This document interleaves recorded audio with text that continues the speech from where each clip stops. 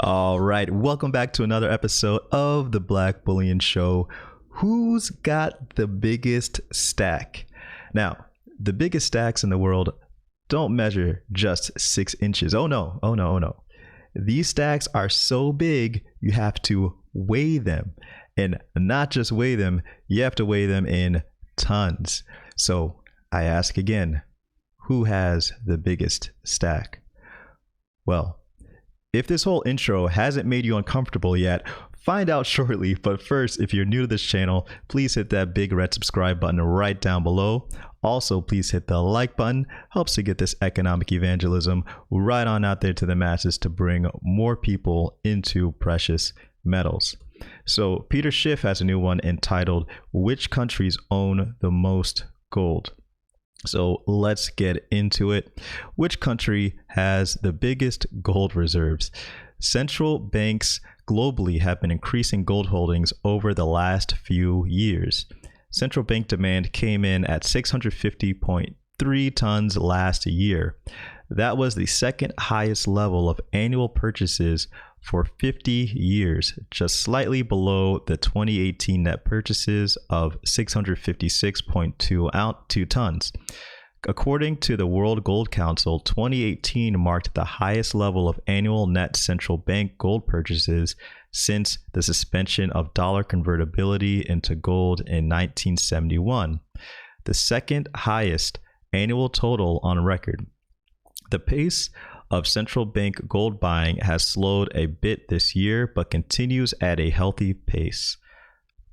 Turkey has been the biggest purchaser of gold in 2020. India has also aggressively increased its reserves. In fact, the Reserve Bank of India is reportedly considering an even bigger boost to its gold holdings. Central banks pivoted from being net sellers of gold to net buyers in 2010. According to the World Gold Council, central banks bought 5,019 tons of gold from 2010 to 2019.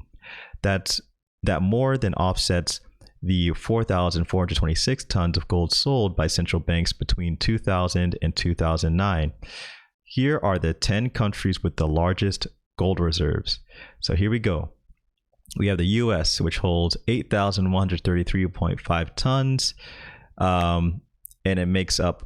And the yellow metal makes up 79% of its total monetary reserves. Germany owns 3,363.6 tons. Italy holds 2,451.8 tons. France, 2,436 tons.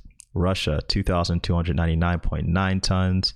China, officially the Chinese hold 1,948.3 tons. Switzerland, 1,040 tons. Japan, 756.2 tons. India, 657.7 tons. The Netherlands, 612.5 tons. Now, here's the most interesting thing about this list. It's probably one of the, in my opinion, one of the coldest pimp games I've ever seen. But the US is number one, obviously, as you can see here. Now, what's our currency at the moment in the US? The dollar, of course, right?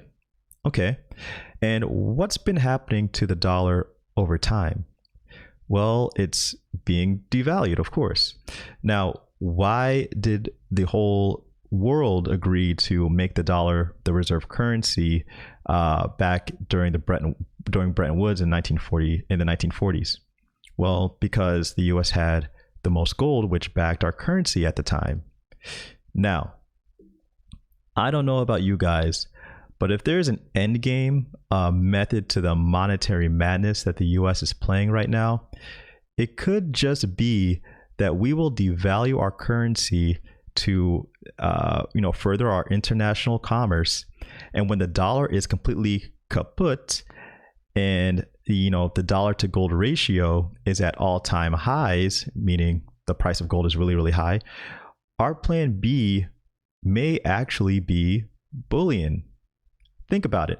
If the dollar price continues to go up for gold and it's devalued to the point of losing its reserve currency status, we could always just pivot back to a gold standard and remain an economic behemoth. Now, I just thought about this earlier today after I read this, but let me know what you guys think about this. Would the US just pivot back to a gold standard if our currency just loses all steam, since we have the largest reserves in the world? Let me know what you guys think in the comments section below. Thanks again for watching. Please hit that like button. Please subscribe if you're new. It's Black Bullion.